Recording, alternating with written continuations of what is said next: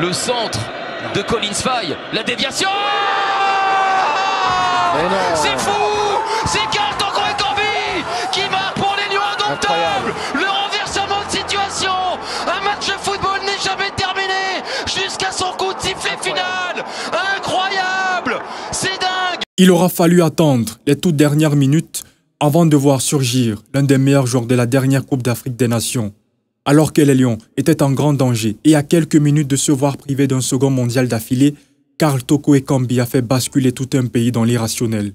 Quasiment invisible lors de la double confrontation face au Fennec d'Algérie, l'attaquant camerounais a sorti le grand jeu. La route qui conduit au Qatar a pourtant tardé à se construire.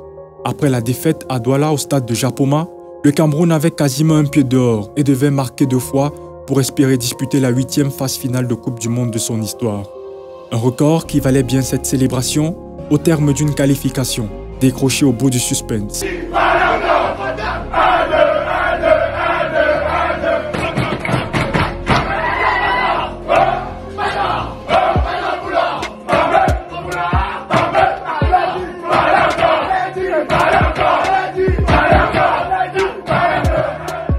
Toutefois, la qualification acquise ne devrait pas faire perdre de vue à Rigobert Song et à son staff les lacunes de ce groupe.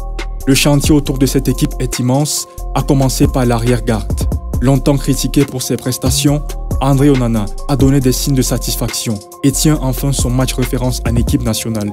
Il a longtemps repoussé les assauts de l'équipe adverse en réalisant pas moins de 10 arrêts lors de ce match retour. Enfin une prestation qui lui vaut sa place parmi les meilleurs gardiens de la planète. Si les latéraux Faye et Oyongo ont assuré l'essentiel, l'axe central, constitué par Michael Ngadeu et Jean-Charles Castelletto, a été mis à rude épreuve. Le premier a parfois manqué de vivacité. À plusieurs reprises, il s'est fait prendre de vitesse par les attaquants algériens. Mais dans l'ensemble, les deux compères n'ont jamais su trouver la solution pour répondre au duel aérien que leur aura imposé Islam Slimani. Lors du mondial, face à des attaquants d'un autre acabit, ce sera une toute autre histoire. Le milieu de terrain a quant à lui manqué de créativité, en l'absence de Franck Zambo-Anguissa. Oumgouet, Onana ont évolué beaucoup trop bas, en donnant le bâton pour se faire battre aux Algériens. Seul Martin Ongla a essayé d'apporter du surnombre devant.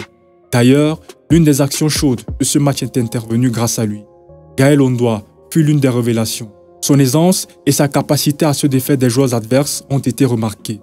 Mais le coach va devoir trouver la bonne formation, en 4-4-2 ou en 4-3-3, à lui de mettre ses joueurs dans les bonnes dispositions. L'attaque qui constituait le point fort de cette équipe s'est longtemps cassé les dents. Face à des défenseurs bien regroupés, les Lions ont éprouvé d'énormes difficultés à forcer le verrou algérien. Face à l'Égypte, il y a quelque temps, le Cameroun avait déjà les mêmes difficultés face à des blocs bas. Au regard des multiples scénarios qui seront opposés à cette équipe, le coach devra encore trouver la formule pour permettre à ses attaquants de retrouver le chemin de l'efficacité. En somme, Rigobert Song va devoir opérer des choix tactiques, mais surtout des choix d'hommes. Le parcours du Cameroun en Coupe du Monde dépendra très certainement de tous ces facteurs. Il faudra bâtir une équipe compétitive pour ne pas aller en balade à cette Coupe du Monde qui débute dans quelques mois.